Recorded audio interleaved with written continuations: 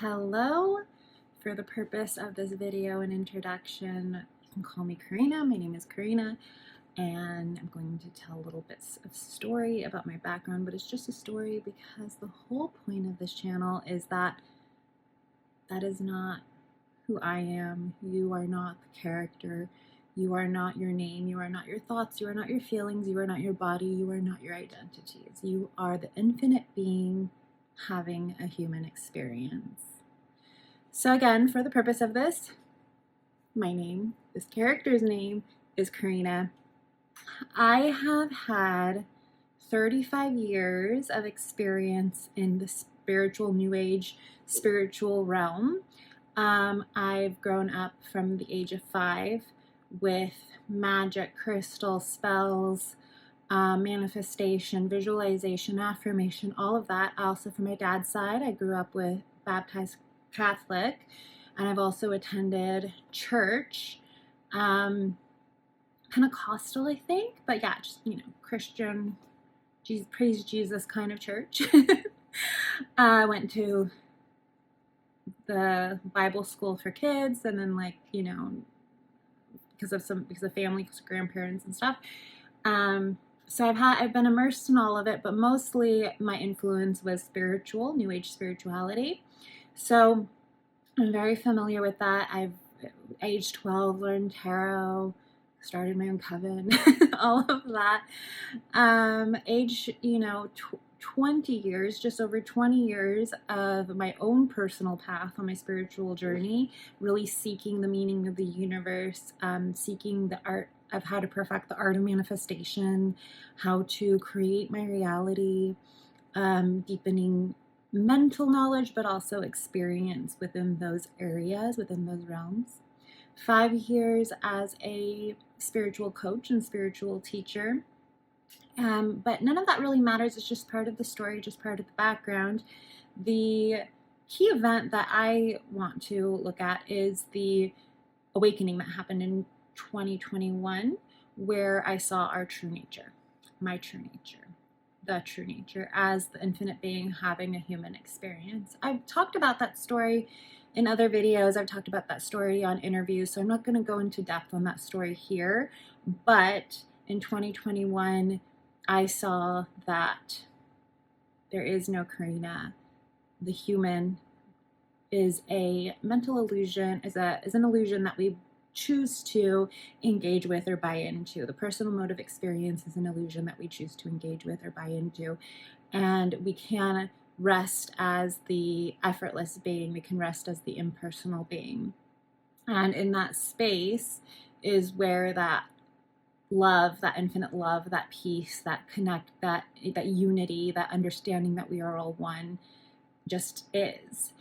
And while I say that was the moment, if you've ever listened to my podcast or maybe some of my, I guess I only have one conversation with David Bingham up, but some of my conversations with others that have been posted onto YouTube through their channels, you would know that in this case, it apparently happened as an unfolding as opposed to like this moment. And the next thing I was like fully self-realized, because I kept accepting invitations back into the human experience. I kept believing the stories that kept coming up and engaging with the personal experience.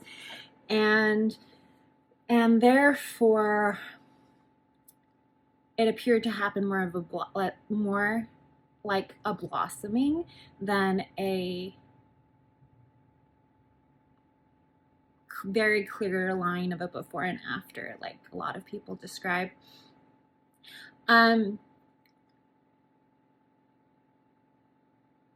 The next key event that happened, because the seeing of our true nature as infinite consciousness having a human experience, and the resting as the effortless being was not the end of the journey at all. It's not the end of the journey. It's not even a journey, but there was more opening. There was another key moment because, I had heard people like who, especially in the what do they call it? Non-compromising, uncompromising non-duality, where it's like, but there's nothing. And there was still a part of me that was clinging on to the stories of there being something. So there was an anchoring of the I, anytime a doubt arose, there continued to be this deepening and anchoring into the I, the I am, and that being the thing that we were all seeking. Okay, so that anchoring, that re-anchoring back in, and that disengaging with the personal mode of experience was something that that happened, or that appeared to happen over and over again until it was done, until it was just like, okay. Another layer, I guess you could say, although it's not really layers, that happened was when I saw clearly that even the I wasn't real. Now this is what I'm talking about, like the uncompromising non-duality, the like there is nothing, there is nothing, there is nothing. That used to irritate me so much. I did not think that was the, I don't know, there was so much resistance that arose for me with that narrative of there is nothing. But there was a moment where I saw it clearly for myself. And once you see that there is nothing, and it's not a dualistic nothing, so that's part of the reason, was because I was still seeing it from the personal experience of duality, where there's nothing, and a nothingness implies the opposite of an everythingness. But a non-dualistic nothingness is both the nothingness and everythingness. So there's no thing, there's no one, there's no thing. It's just what is real precedes all concepts, all things, all experience, even love, bliss, joy, those things that get described as being part of our true nature, are not the ultimate true nature, because those things arise upon and within the truth of who and what we truly are, which is this nothingness. There is nothing. That's where that comes from. So there was a clear moment where I saw that last layer of identification with this love and bliss fell away, and I could see the nothingness. So that's the story here. I'm sure that my ability to tell that story will fine-tune itself as I tell it more. Because remember, we're putting things that cannot be grasped in words. We're trying to put them in words. And so it's a little rocky. It's a little rough. It's never going to be exactly completely accurate, because it's just a story. So what I wanted to talk about in today's video is the idea of spiritual warfare, because I made a post on my Facebook page and there was a lot of feedback for that post, which I think is great, because it caused this conversation to arise. So the post was, if you believe in spiritual warfare, you are in really dense 3D ego fear stories. Now, before I jump into opening up making a video about this and having this conversation, I want to first give some context on what happens on my Facebook page. So on my Facebook page, it's less about this clear, pure, non-dual way of communicating, or a non-dual way of sharing things. I intentionally wanting to shake up, there's this intention to shake up the beliefs and the illusion on there. So because I've been a coach and a teacher and a mentor for over 5 years, because I was really heavily in the spiritual communities, because I know the stories that play out, the make-believe stories that play out in those communities. It's not for everyone. It is, freedom is for everyone, but there's people who want to continue to play the game of these stories, and that is perfectly fine. There's nothing wrong with engaging the game. But if you want to be free, you have to be willing to drop your old stories and the old game. You have to allow the old house of knowledge that you've built to crumble. If not take it apart brick by brick, allow it to crumble. So on Facebook, the posts that I make, they're really intended to shake the foundations of that house, if we're using the house metaphor. They're made to start the crumbling of those bricks. They're made to release your grip on these stories and these old beliefs. And it's doing a good job. When I get a lot of pushback, when I get a lot of like negative reaction, two things are happening. One is that there is no out there, there's no others, everything's arising infinitely within consciousness, within awareness. So I know that it doesn't have to have extra meaning. You can look at it like a mirror, you can look at it like it reflecting something. I know in the personal mode of experience, there was a fear of being seen and a fear of, there was some fear. And so it appears that perhaps this arises as a reflection of that old fear falling away. But that's just a story too. We don't need to give it extra meaning. It's just arising. And it beautifully allows for the inspiration for this video to be made. So if you believe in spiritual warfare, you are really dense 3D ego fear stories. It's not that you are never in these really dense 3D ego fear stories. So let's break down some terminology. When I use the word ego, that is the false identification with the individual, with the believed to be individual and separate and limited personal human being. So what makes up the apparent human? The mental body, the emotional body, and the physical body.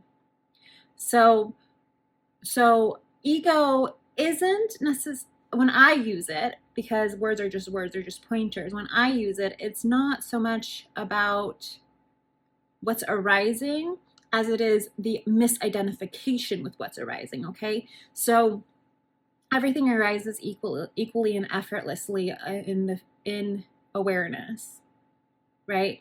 Everything arises equally and effortlessly, and we just are.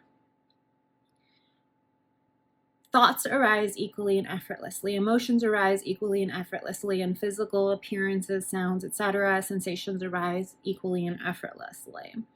It's when we engage with them that we enter into the personal mode of experience. It's when we engage with them that we enter into the dualistic mode of experience. Ego is when you believe yourself to be that individual.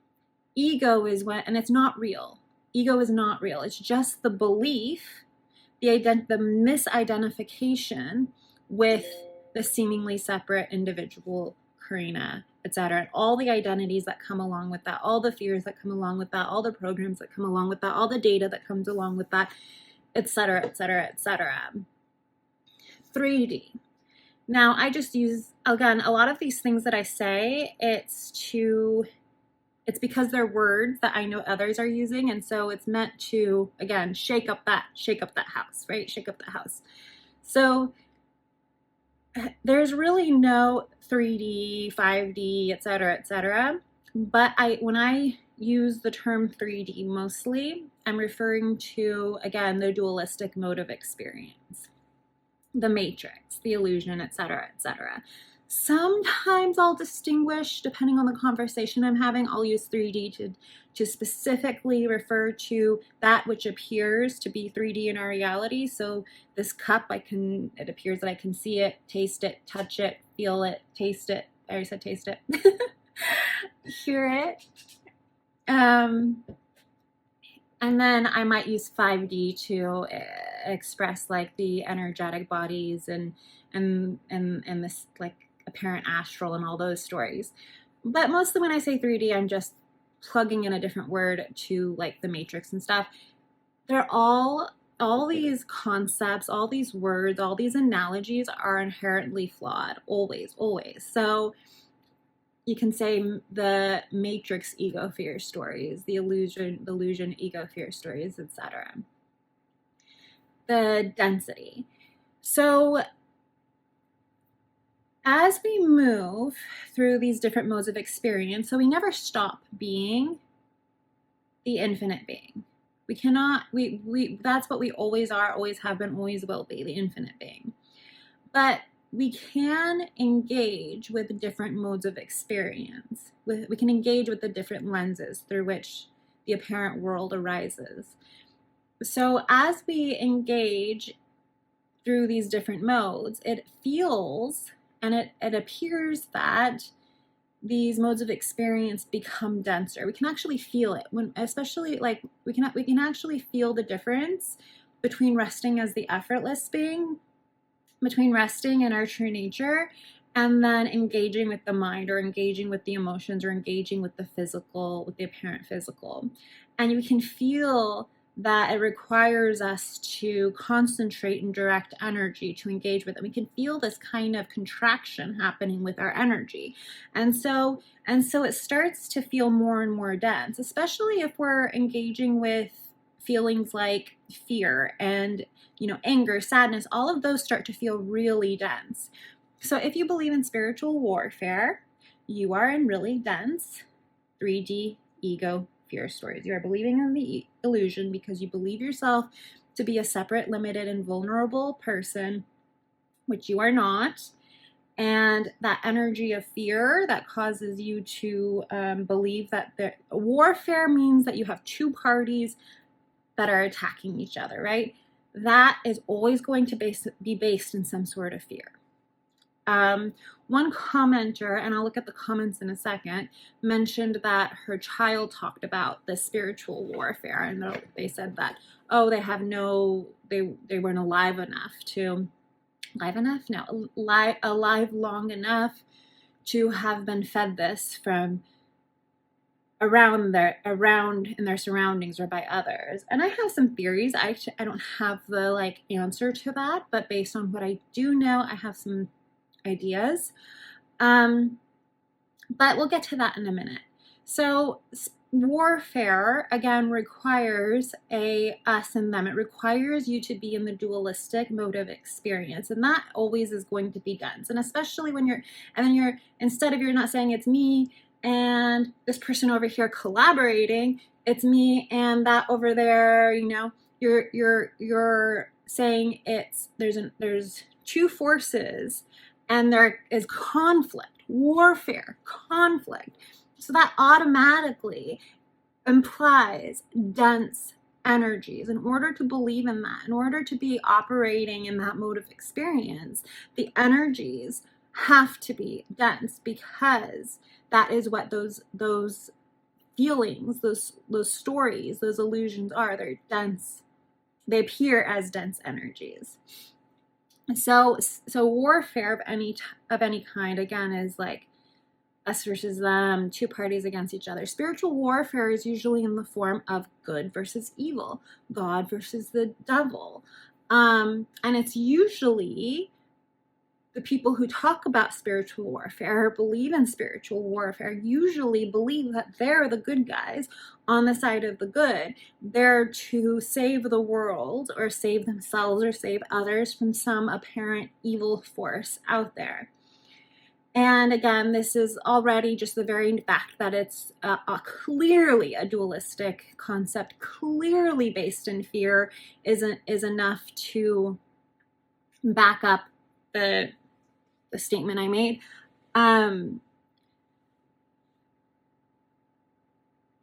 This arises, this belief, and it's a lot of people have really strong beliefs around this, really strong. Some people's whole meaning and purpose is built around this idea that they are a good force here to save the world or save others from apparent bad forces, whether it's their religion, again, God versus the devil, 3D versus 5D reality. That's one that I hear a lot. Light workers here to save the world, galactic entities having some galactic warfare, people who battle on the astral realm, etc., etc. Now, before I move forward, I do want to add some background, some more background, so people watching can understand that I say all this because of the story that I had before I woke to our true nature. I did astral travel, battled entities, believed I was a light worker, which we are all light workers, actually. We are all light, so we are all light workers. We are all the light of awareness, the light of consciousness, when operating from that non-dualistic, effortless being. But I believed that I was some starseed light worker here to help uplift the world and raise consciousness. I was in those narratives, in those stories. Remember, I've been in the spiritual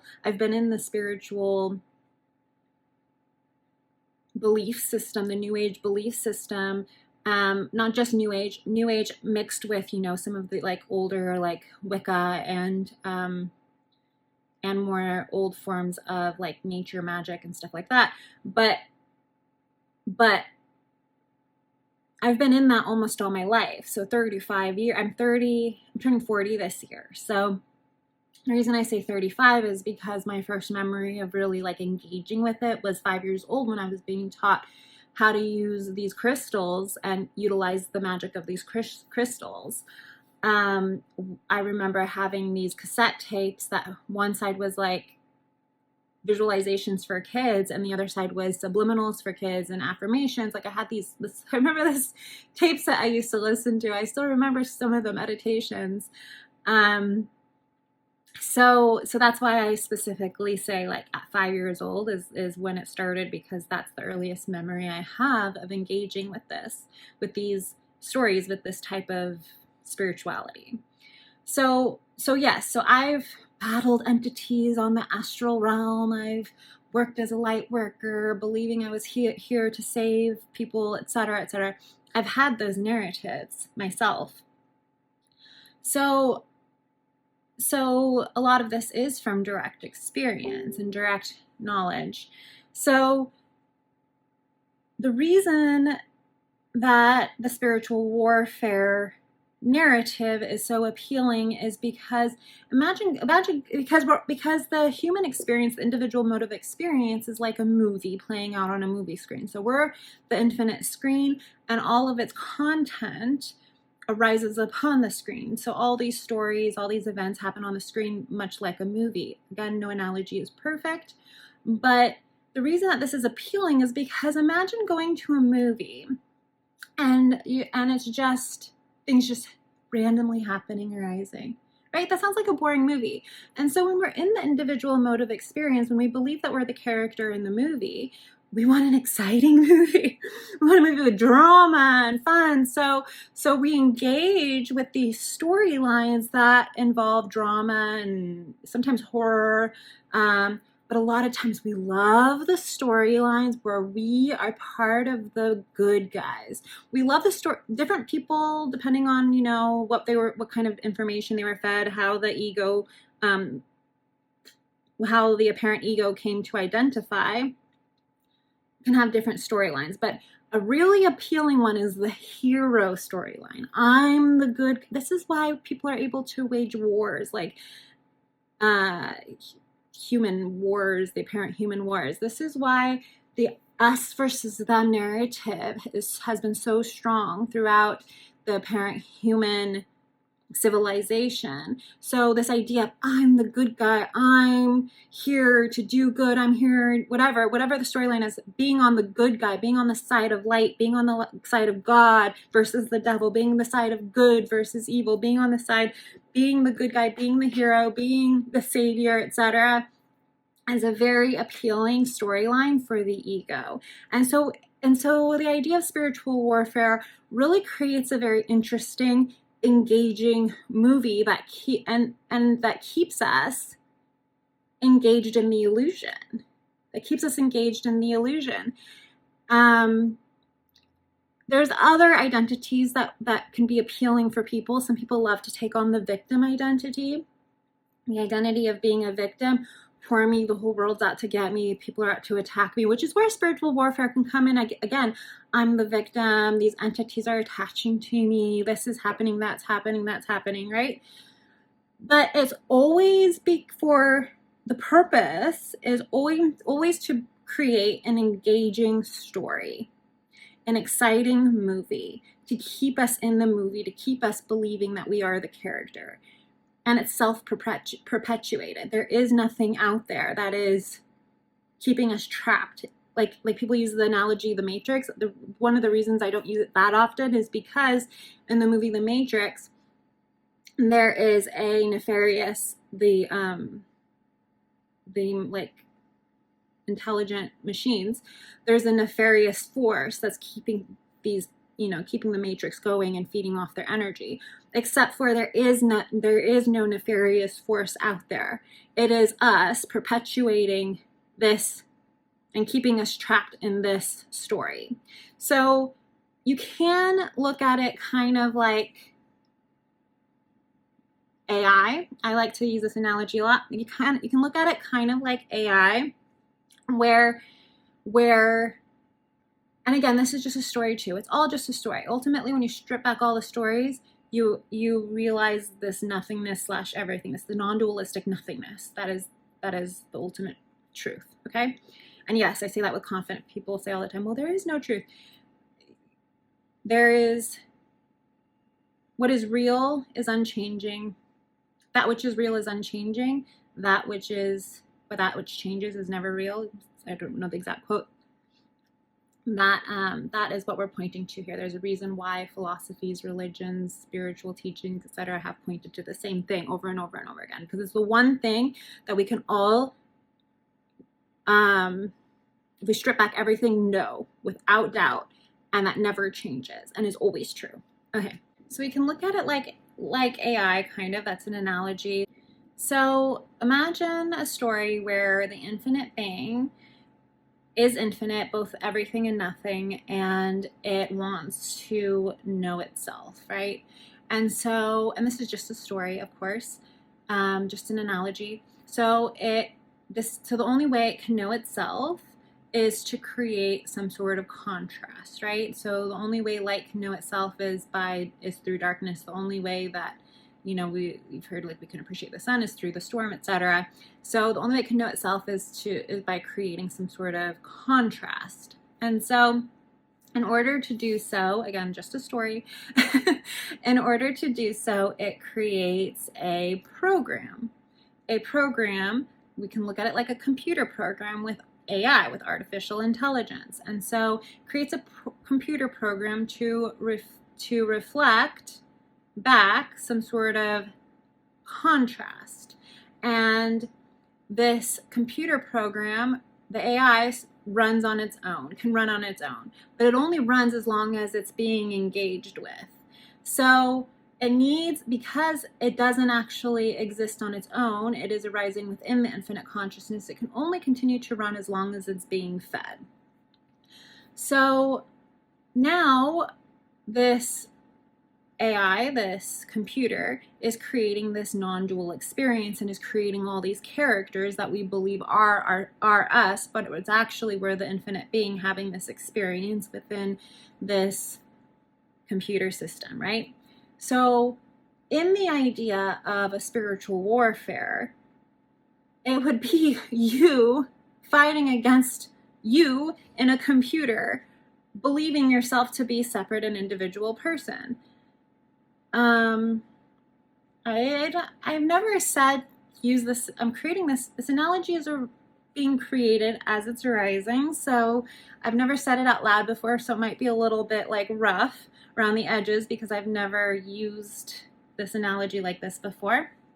But imagine some guy at a computer believing he is in this battle when in reality he's just feeding his AI. The AI is outputting information, then it's then he's believing he's battling with this artificial intelligence that is just relying on the information that he's feeding it. Well, that's very much like this idea of spiritual warfare, because this whole illusion of reality, this whole matrix is just like artificial intelligence, taking old information it's been fed by you, not you the character. Some of it appears to be fed by you, by the character, but just by infinite consciousness itself. And then it's being fed and fed and fed and repeated and repeated and repeated and gaining momentum and building upon itself in this computer system that's just made up of data that's not even real. So you are now the whole, perfect, infinite, effortless being, untouched, unscathed, engaging with thought, emotion, and physical reality, feeding this computer system or matrix, creating more images, thoughts, and feelings that arise, engaging with it, pretty much in a sense, creating your reality. It's not exactly how it works, but for the purpose of this conversation, that's where we will leave it. It's you continuing to engage with it and continuing to feed it, believing that there's something actually out there that you are fighting against, but it's always just the very energy that you're feeding it that is creating this data to arise, creating these images, creating these emotions, creating these feelings. And it's not just what you're seeing with the apparent human body, it's the astral experiences too. It's the stuff you're channeling from the galactic. It's the stuff that's appearing through the mind on the level of the astral and ethereal realms. It's not just what you're seeing in the physical realm. And that is also affected. Your emotions are tied with that. The emotional energetic body is tied with that. And it's the same thing. So a lot of people separate, okay, well, yeah, but this was channeled. This is me working with spirits. This is me, working with those who have passed away, mediumship. This happened on the astral. This happened while I was in meditation. This was this. This was a plant medicine experience. This was a whatever. There's so many different stories out there, so many different modes of experience that we can have that are transcendental, that are transcendental, but yet still part of the illusion. And that's the part that you really have to realize, is that just because it's not the physical 3D that you can see, just because it seems to happen beyond that, does not mean that it's beyond the illusion. That is still part of the illusion. That is still part of the dualistic experience. So it's illusion. It's something that you continue to feed, that you continue to engage with, that you continue to accept the ride onto these rides. You continue to accept the invitations to play these games, and therefore they continue to appear in your reality as real, and they continue to have even more energy behind them and more force, not because they have any life or realness of their own, because it's the cycle of you feeding the AI program, the computer program. So let's address some of the comments, because I'm cold. Sorry, I'm like shaking here because this body is cold. Okay, so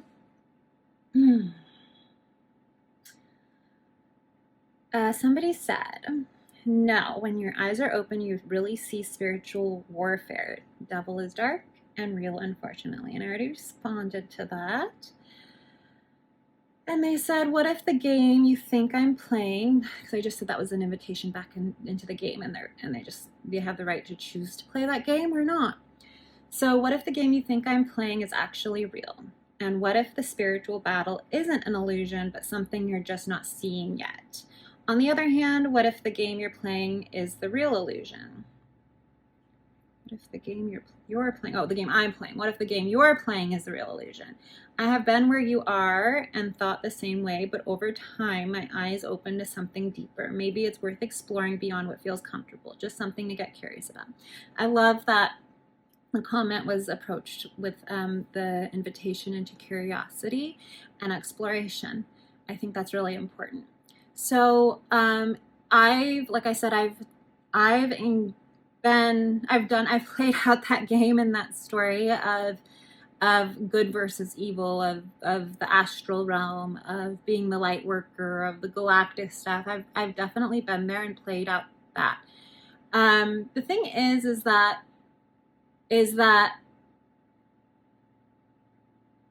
on the other hand, what if the game you're playing is the real illusion?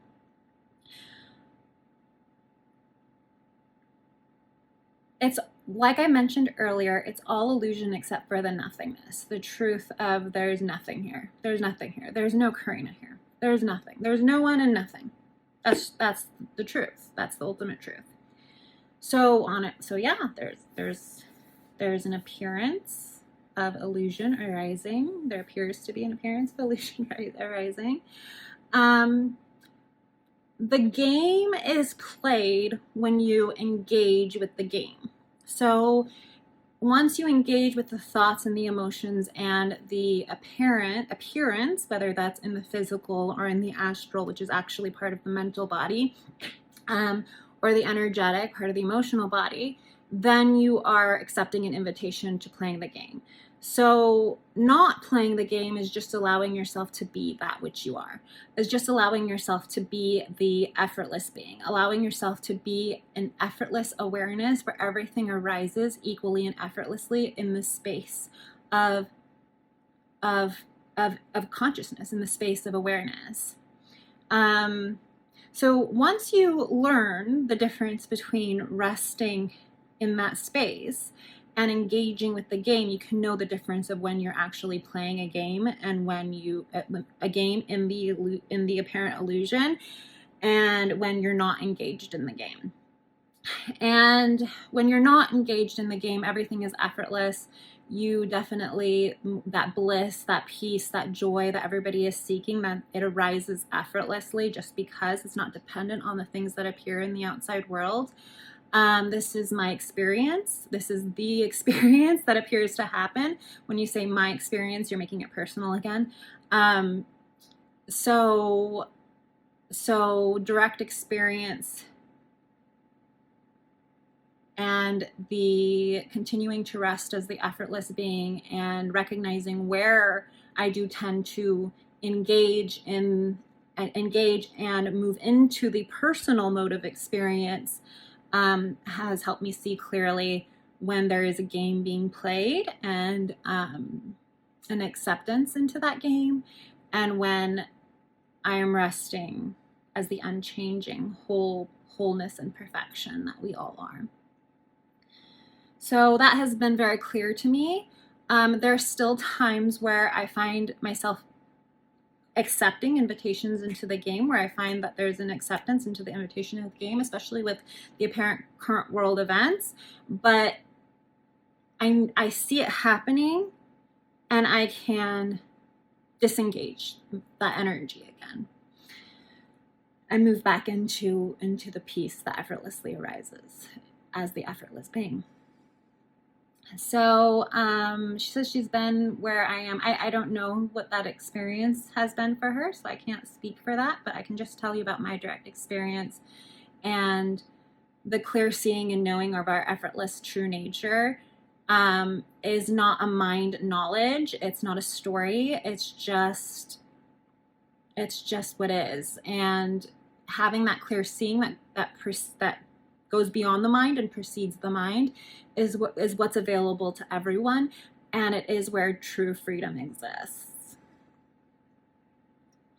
So somebody responded to that and said, I love how you both are saying the same thing in different ways. Neither is wrong or right. There is no one right way to experience life, and free will is being activated through each conscious and subconscious process of the human mind, and filters based on deep program, blah, blah, blah. Not blah, blah, blah. I don't mean that. Everything is possible. So while I understand what this person is saying, again, that subjective truth that no one way to experience life and free will and the process and the human mind and the filters and the deep programming, that's all part of the human mode of experience. That is all arises and seems to be true when you're engaging with the mind, with the mental, the emotional, and the physical body. When you're resting as the effortless being, the subjective experience, doesn't matter. Everything arises equally and effortlessly. And there's no need to activate, quote unquote, free will. The subconscious process doesn't really matter because it just arises.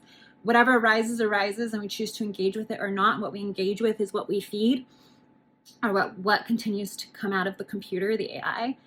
I'm so cold, that's why I'm shaking. The human mind, let me turn on the heater because I'm just like shaking. So all of that is the subconscious process, the human mind, the filters. That's all part of the personal mode of experience, the human mode of experience, the dualistic mode of experience. And when we identify it, that is when we are identified with ego. Somebody asked, curious how you came to this. I think I already explained. I have had experiences with it, and then when I saw our very true nature and I became grounded in it, but that's not quite how it works. I disconnected more and more from the human experience, and there was no more wobble or doubt about the self-realization that had happened. I was no longer taking the invitations back into like, oh no, you didn't actually get it. Oh no, there's something missing. Oh no, it's supposed to be like this. Oh no, this person is more self-realized. Oh no, oh no, oh no. And I saw that I saw clearly. And then especially that deeper realization, seeing clearly the nothingness that a lot of non-dual teachers talk about. It wasn't just believing, it was a seeing clearly of the nothingness. That's how I came to this. It's no longer a mind belief, or like, it's not a mental, like, well, this happened, this happened, this happened, this happened, so logically it makes sense because that comes from the mental body. It's just a clear seeing and knowing from direct experience. Both and. All humans will play out what they are soul contracted to express. There are no actual soul contracts. That's just another story, another illusion. All is truth in each individual creation. It's all subjective truth, which isn't actually truth. Anything that changes is unreal. It's all subjective. It's all just, it's just noise and data that you're engaging with and believing. Mirages that you're engaging with and believing. I understand that perspective because part of what I taught for many years, anybody who's taken one of my classes knows that what I taught was like the multiple world theory and how we're all living our own individual reality, and a lot of like Neville Goddard stuff. So how someone appears, which there is a layer of truth to. I'm not saying that it's like, but they're all stories. It's all part of the illusion. The layer of truth is that parts of that do help describe about how the apparent human experience seems to operate, but it's still illusion. It's still illusion. It's still the human mode of experience. So all is truth in each individual creation. Yeah, so I used to teach that very stuff, the whole like spiritualization of quantum physics. I taught all of that kind of stuff. So the idea that there's multiple realities and we're each individually creating our own reality, and the realities may or may not overlap. And so like part of what Neville Goddard teaches is that you can script out your reality. So if I want to script out that somebody comes into my life, and I can script out the way that they act, the way that they appear in my reality, because they exist simultaneously in these infinite realities, and each have like our own little like personal reality that we're creating. And again, there's a level of truth to that, because but there's no out there, there's no reality that's being created. It's all effortlessly arising in awareness. It's all effortlessly arising in consciousness. I mean, there's not multiple consciousnesses out there. There's one infinite consciousness that appears to be having a human experience.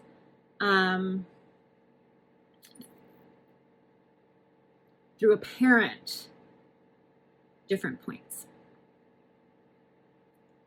And the more we add to silence, the more words it takes, the more description, the further we get away from the pureness of truth, by the way. So that's why nothing is quite accurate. The only accurate way to teach truth is to be perfectly silent. Everything else is a pointer or a way for the mind to somewhat grasp it. Like I call it a frame, like a frame it can sit in, a pointer or a frame, but it's not going to be accurate because when you have a frame, what does it have? Limits. You're starting to create limitations. And it's infinite. So,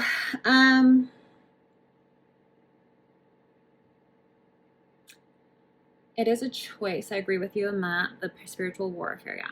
Not a lot of people get to the level where they can see that it's a conscious choice, but it doesn't make them incorrect, as nothing is right or wrong. Yeah, right or wrong is dualistic. However, if you want to find true freedom, if you really want to find freedom from all the apparent inner turmoil that happens from this apparent reality, from the dualistic experience, freedom from suffering, then what you're seeking is your true nature. What you're seeking is quote unquote ultimate truth. So there is an unchanging, knowable truth that cannot be unknown, that cannot be thrown into doubt from once you see and know it clearly, upon which everything else arises, upon which all the stories arise, upon which all the illusion arises. So I wouldn't define it as incorrect or correct. I would describe it as the ultimate unchanging truth versus the changing illusion, the changing story that you can either engage with or not engage with. And this person said a story about how her child came to this world with the ability to see and hear. And this is the one that I said, like, I don't have like a definite answer. She has a very unusual start to life. She started casually telling me about warfare when she was 4 years old. Mind you, we start moving into the dualistic experience. We start moving into the human mode, identifying as the individual at age 2. So age 4, she's already been moving into that mode of experience. And perhaps, I mean, I don't know her story. I can't tell you what has been happening, but, you know, it could be that, you know, there's some playing in the astral realm. There's some other things going on. It's not just, you know, the apparent physical 3D that influences the stories and data that influences the illusion in the story.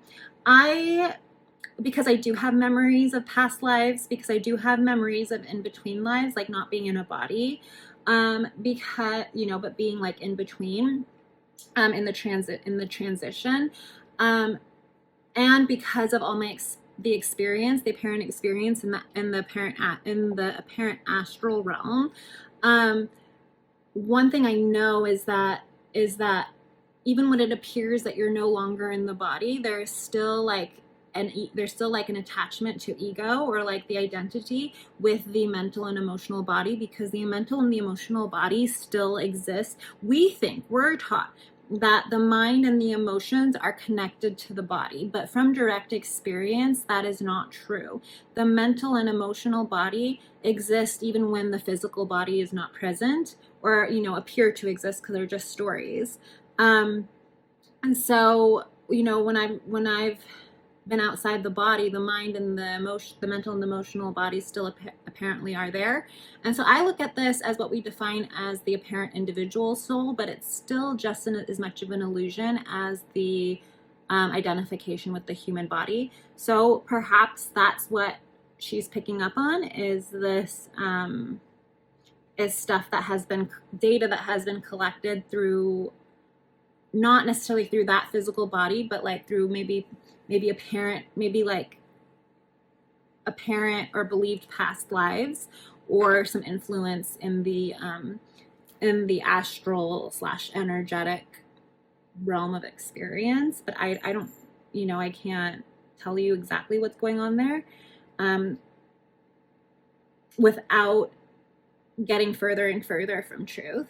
So I understand that this child has been sharing that, but it does not make it less of illusion. Can you elaborate on this, please? Are you saying there is no evil? I already elaborated on it here. I am saying that in truth there is no evil. However, evil can appear to exist when you're in the realm of the ego and the human experience. And all war, I say, is ego-based. Somebody said you are lost. That's fine. You can play whatever story you want to. And then somebody just said 100% disagree, which is fine. Because it's not for the mind. And